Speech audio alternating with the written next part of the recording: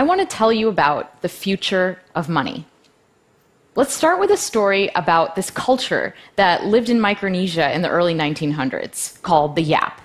Now, I want to tell you about the Yap because their form of money is really interesting. They use these limestone discs called rye stones. Now, the Yap don't actually move these rye stones around or exchange them the way that we do with our coins because rye stones can get to be pretty massive. The largest is about 4 tons and 12 feet across. So the Yap just kind of keep track of who owns what part of what stone. Now, there's a story about these sailors that were transporting a stone across the ocean when they ran into some trouble and the stone actually fell in. Now, the sailors got back to the main island and they told everyone what had happened. And everyone decided that actually, yes, the sailors had the stone and why not? It still counted, even though it was at the bottom of the ocean. It was still part of the Yap economy. Now, you might think that this was just a small culture 100 years ago, but things like this happen in the Western world as well, and the Yap actually still use a form of these stones. In 1932, the Bank of France asked the United States to convert their holdings from dollars into gold. But it was too inconvenient to actually think about shipping all of that gold over to Europe. So instead, someone went to where that gold is being stored and they just labeled it as belonging to France now. And everyone agreed that France owned the gold. It's just like those rye stones. The point I want to make with these two examples is that there's nothing inherently valuable about a dollar or a stone or a coin. The only reason that these things have any value is because we've all decided that they should. And because we've decided that, they do. Money is about the exchanges and the transactions that we have with each other. Money isn't anything objective. It's about a collective story that we tell each other about value, a collective fiction. And that's a really powerful concept. In the past 2 decades, we've begun to use digital money. So I get paid via direct deposit, I pay my rent via bank transfer, I pay my taxes online, and every month a small amount of money is deducted from my paycheck and invested in mutual funds in my retirement account. All of these interactions are literally just changing ones and zeros on computers.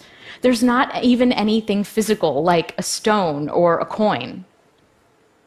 Digital money makes it so that I can pay someone around the world in seconds. Now, when this works, it's because there are large institutions underwriting every 1 or 0 that changes on a computer. And when it doesn't, it's often the fault of those large institutions, or at least it's up to them to fix the problem. And a lot of times they don't. There's a lot of friction in the system. How long did it take the US credit card companies to implement chip and PIN? Half my credit cards still don't work in Europe. That's friction. Transferring money across borders and across currencies is really expensive. Friction. An entrepreneur in India can set up an online business in minutes, but it's hard for her to get loans and to get paid. Friction. Our access to digital money and our ability to freely transact is being held captive by these gatekeepers, and there's a lot of impediments in the system slowing things down. That's because digital money isn't really mine, it's entries in databases that belong to my bank, my credit card company, or my investment firm. And these companies have the right to say no. If I'm a PayPal merchant and PayPal wrongly flags me for fraud, that's it.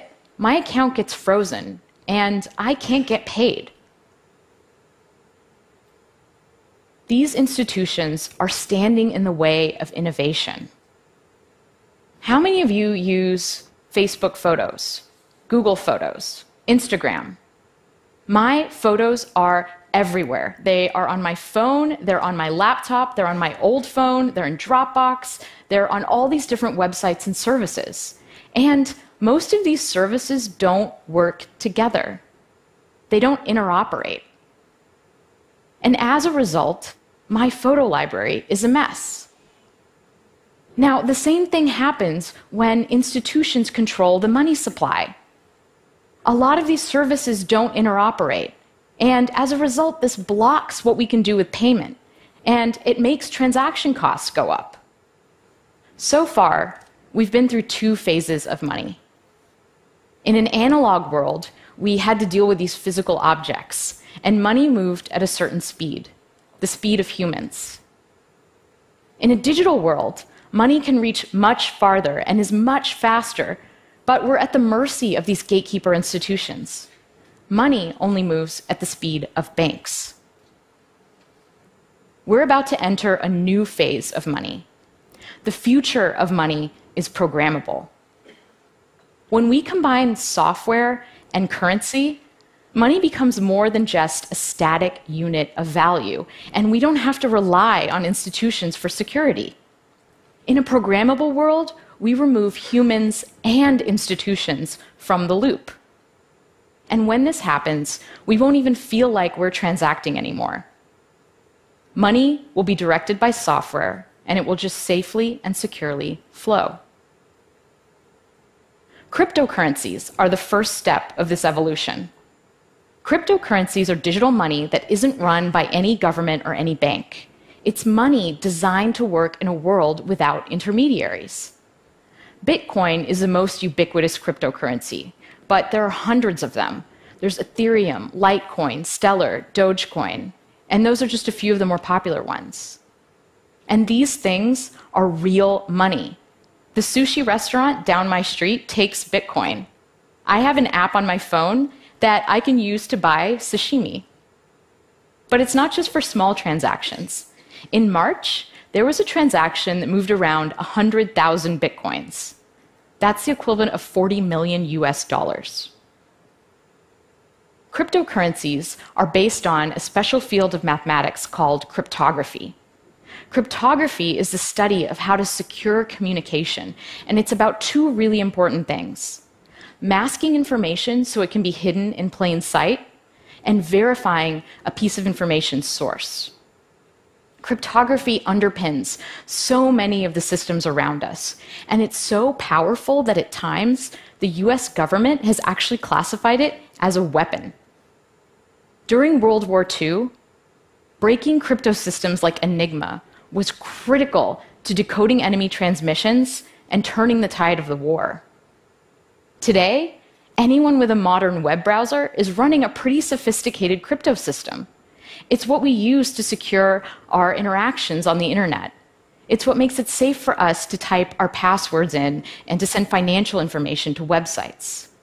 So what the banks used to give us, trustworthy digital money transfer, we can now get with a clever application of cryptography. And this means that we don't have to rely on the banks anymore to secure our transactions. We can do it ourselves. Bitcoin is based on the very same idea that the YAP used, this collective global knowledge of transfers. In Bitcoin, I spend by transferring Bitcoin, and I get paid when someone transfers Bitcoin to me. Imagine that we had this magic paper.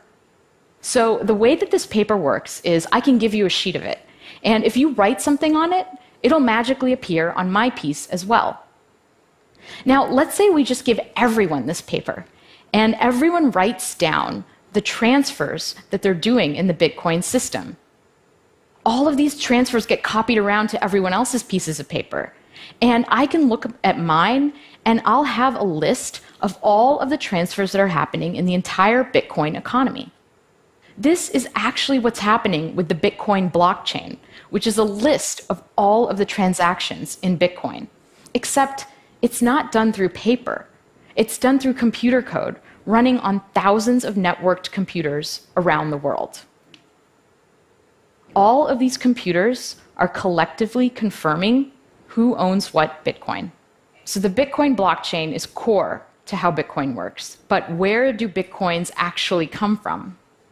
Well, the code is designed to create new Bitcoin according to a schedule. And the way that it works is that to get those Bitcoin, I have to solve a puzzle. a random cryptographic puzzle. Imagine that we had 15 dice, and we were throwing these dice over and over again. Whenever the dice come up all sixes, we say that we win. This is very close to what these computers are all actually doing. They're trying over and over again to land on the right number. And when they do, we say that they've solved the puzzle. The computer that solves the puzzle publishes its solution to the rest of the network and collects its reward, new bitcoins. And in the act of solving this puzzle, these computers are actually helping to secure the Bitcoin blockchain and add to the list of transactions. Now, there are actually people all over the world running this software, and we call them Bitcoin miners. Anyone can become a Bitcoin miner. You can go download the software right now and run it on your computer and try to collect some Bitcoins. I can't say that I would recommend it because right now, the puzzle is so hard and the network is so powerful that if I tried to mine Bitcoin on my laptop, I probably wouldn't see any for about 2 million years. The miners, professional miners, use this special hardware that's designed to solve the puzzle really fast. Now, the Bitcoin network and all of this special hardware, there are estimates that the amount of energy it uses is equivalent to that of a small country. So the first set of cryptocurrencies are a little bit slow and a little bit cumbersome. But the next generation is going to be so much better and so much faster.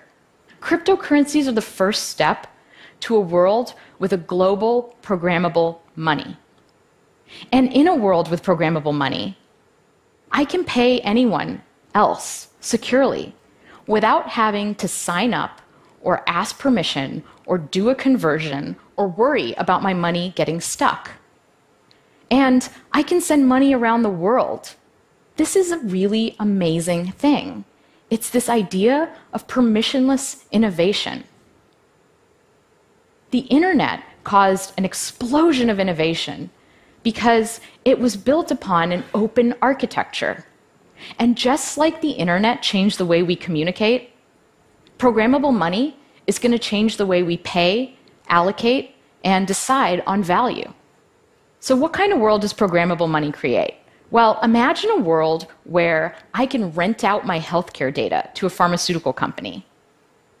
They can run large-scale data analysis and provide me with a cryptographic proof that shows that they're only using my data in a way that we agreed, and they can pay me for what they find out.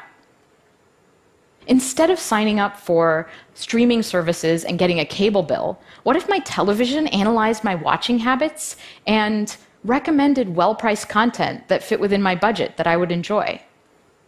Imagine an internet without ads, because instead of paying with our attention when we view content, we just pay. Interestingly, things like micropayments are actually going to change the way security works in our world.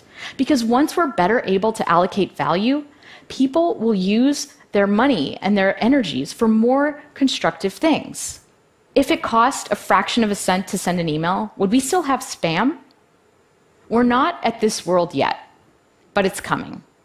Right now, it's like we're in a world that is seeing the first automobile. The first cryptocurrency, like the first car, is slow and hard to understand and hard to use. Digital money, like the horse and carriage, works pretty well, and the whole world economy is built on it. If you were the first person on your block to get a car with an internal combustion engine, your neighbors would probably think you were crazy. Why would you want this large, clunky machine that breaks down all the time, that lights on fire, and is still slower than a horse? But we all know how that story turns out. We're entering a new era of programmable money, and it's very exciting, but it's also a little bit scary. Cryptocurrencies can be used for legal transactions, just like cash is used for crime in the world today. When all of our transactions are online, what does that mean for surveillance? Who can see what we do? Who's advantaged in this new world and who isn't? Will I have to start to pay for things that I didn't have to pay for before? Will we all become slaves to algorithms and utility functions? all new technology comes with trade-offs. The internet brought us a lot of ways to waste time, but it also greatly increased productivity. Mobile phones are annoying because they make me feel like I have to stay connected to work all the time, but they also help me stay connected to friends and family. The new sharing economy is going to eliminate some jobs, but it's also going to create new flexible forms of employment. With programmable money, we decouple the need for large, trusted institutions from the architecture of the network. And this pushes innovation in money out to the edges where it belongs. Programmable money democratizes money. And because of this, things are going to change and unfold in ways that we can't even predict. Thank you.